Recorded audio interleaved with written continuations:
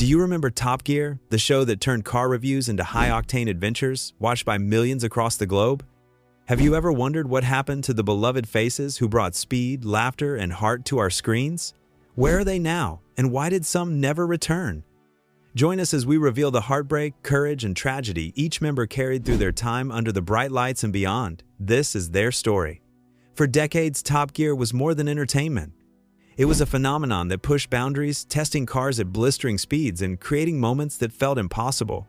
But behind the cameras, behind the laughs and the roaring engines, there was a price. The relentless filming schedules stretched across continents. Days turned into weeks on remote tracks, racing against time and physics itself. The pressure to deliver the next breathtaking segment was unforgiving.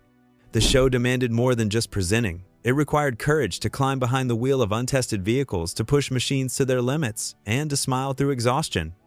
Some faced illnesses that crept up quietly during their years of service. Others confronted accidents that changed everything in a heartbeat. The emotional weight of living under constant scrutiny, the strain of traveling endlessly, and the sheer physical toll of high-speed driving left marks that fans never saw. Many walked away, some never could. And tragically, a few never walked away at all. Behind every thrilling segment was a human being who paid the price for our entertainment, and their stories deserve to be told with the respect and tenderness they've earned. Sabine Schmitz, the queen who never surrendered.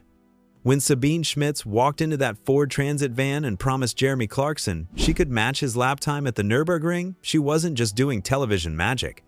She was showing the world what true fearlessness looked like.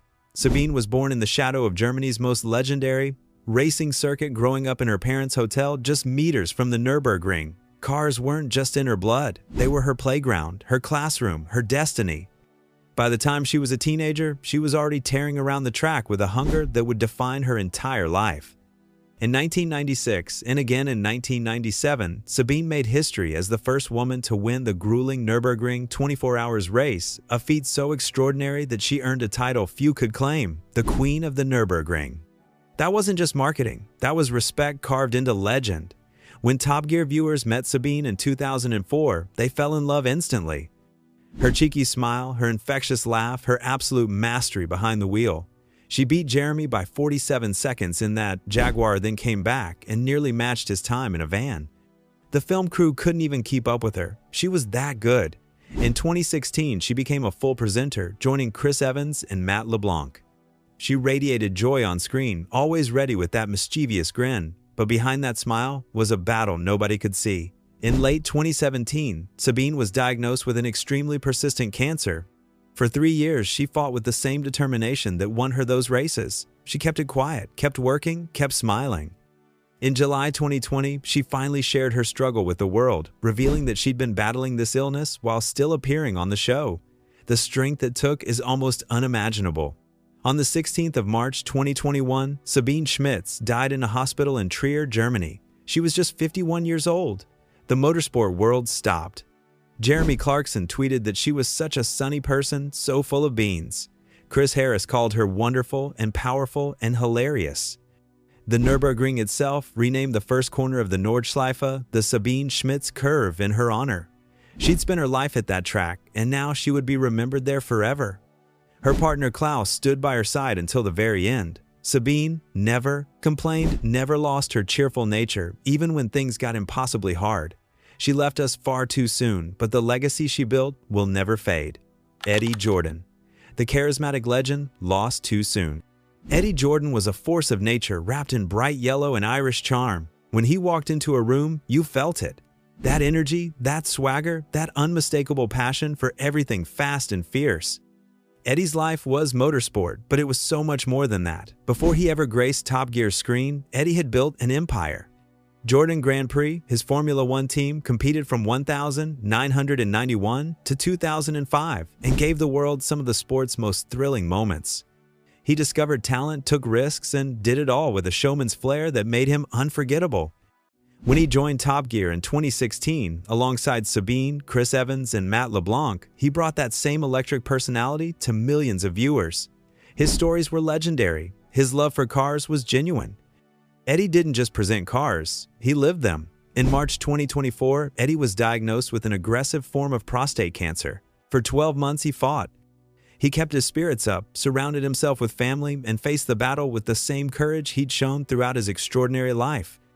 On the 20th of March 2025, in the early hours of the morning, Eddie Jordan died peacefully at his home in Cape Town, South Africa. He was 76 years old. His family released a statement that captured the man perfectly. EJ brought an abundance of charisma, energy, and Irish charm everywhere he went. We all have a huge hole missing without his presence. He will be missed by so many people, but he leaves us with tons of great memories to keep us smiling through our sorrow. Formula One paid tribute. His former drivers shared stories. Top Gear fans mourned. Eddie Jordan had lived a life most could only dream of, and he'd done it all with style, humor, and heart. His passing reminded us all how precious time is and how important it is to live boldly while we can. Sue Baker, the pioneer who paved the way. Sue Baker didn't just present cars on television. She changed an entire industry. In 1980, when Sue joined Top Gear, the automotive world was overwhelmingly male. Car launches were boys' clubs. Journalism was dominated by men who didn't always take women seriously. Sue walked into that world and refused to be anything less than excellent. For 11 years, from 1980 to 1991, Sue appeared in over 100 episodes of Top Gear. She tested the latest vehicles, attended motor shows, raced on tracks, and did it all with grace and professionalism that earned her respect from everyone who worked with her. She wasn't just a presenter, she was a trailblazer. Sue set up the motor racing news service at Brands Hatch early in her career. She became the motoring editor for the Observer newspaper, one of the most prestigious positions in automotive journalism. By age 24, she was the youngest motoring correspondent in the industry. She carved out a career in a world that didn't always want to make room for her, and she did it brilliantly. When Sue left Top Gear in 1991 to have her second child, Hannah, she left behind enormous shoes to fill. Her replacement was a young, bold journalist named Remy Clarkson, who learned much of what he knew from watching Sue. She taught him everything about how to present cars with authenticity and passion. The Guild of Motoring Writers elected Sue as their chair and later as vice president. In 2014, she received the Pemberton Trophy, one of the highest honors in motoring journalism. But in her later years, Sue faced a devastating diagnosis: motor neurone disease, a cruel condition that attacks the nerves in the brain and spinal cord, slowly robbed her of mobility. It caused weakness, weight loss, slurred speech. There is no cure. Sue fought with everything she had.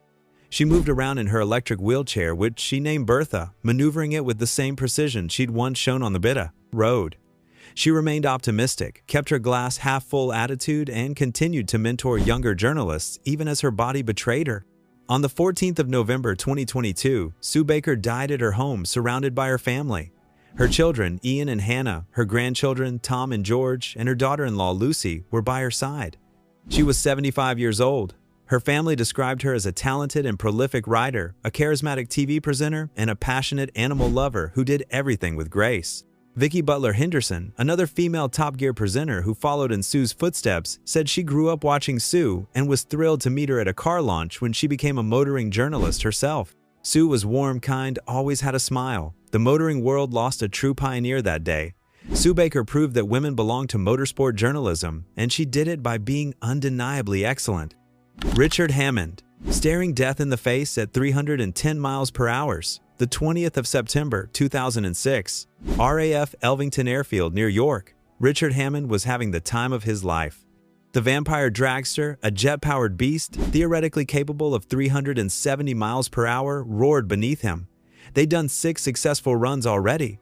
This was just one more for extra footage, one more lap. What could go wrong? Everything. At 310 miles per hour, the front right tire exploded.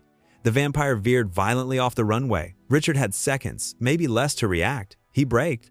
He tried to steer into the skid. He pulled the parachute release, everything he'd been trained to do. But physics doesn't care about training. The dragster rolled again and again, metal screaming earth flying until it finally stopped upside down, with Richard's helmet embedded in the ground itself. The film crew watched in horror. Emergency services were called immediately. Richard was airlifted while drifting in and out of consciousness. When he arrived at Leeds General Infirmary, doctors gave the news to his wife Mindy: significant brain injury. The next hours were critical. At one point, his vitals started fading. The medical staff told Mindy they didn't think they could save him. She asked if there was anything she could do. They said no. But then she asked if she could shout at him. Really shout. And so Mindy Hammond stood in that intensive care unit and screamed at her husband. She swore. She told him, "Don't you dare die, don't you dare."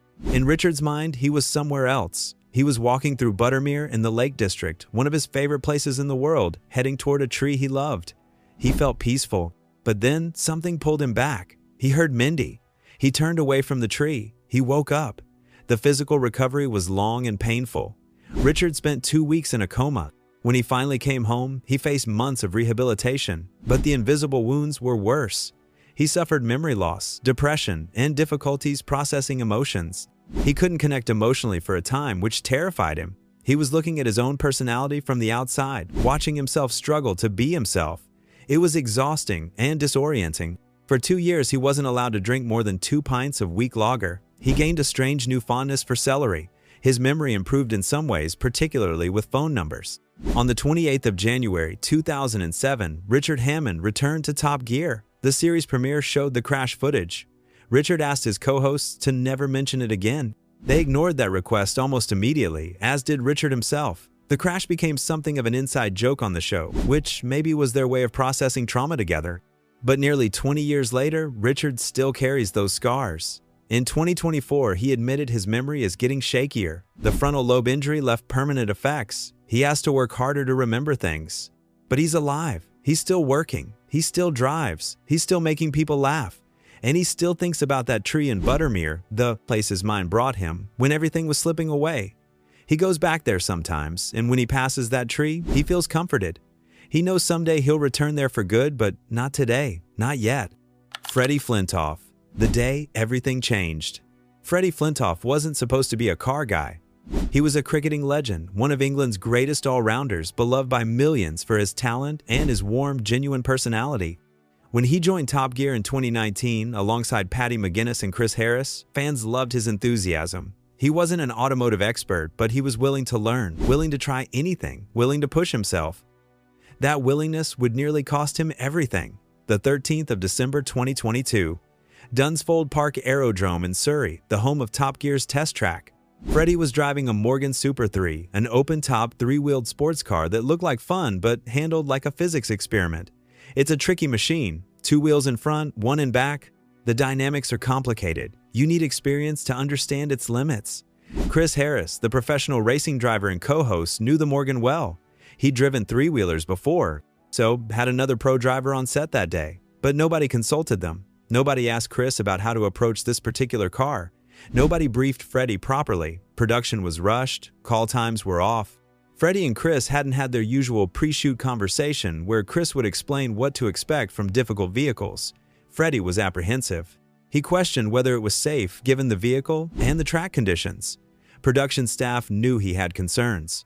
But the cameras rolled anyway. Freddie climbed into the Morgan. A crew member sat in the passenger seat. Freddie wasn't wearing a helmet, at least not a proper crash helmet. The Morgan has no roof, no airbags, no protection. Everything happened in seconds. The Morgan lost control. It flipped. It skidded across the tarmac. Freddie's face scraped along the ground as the vehicle slid. When it finally stopped, there was silence. Then someone radioed, "This has been a real accident here." Chris Harris ran to the window.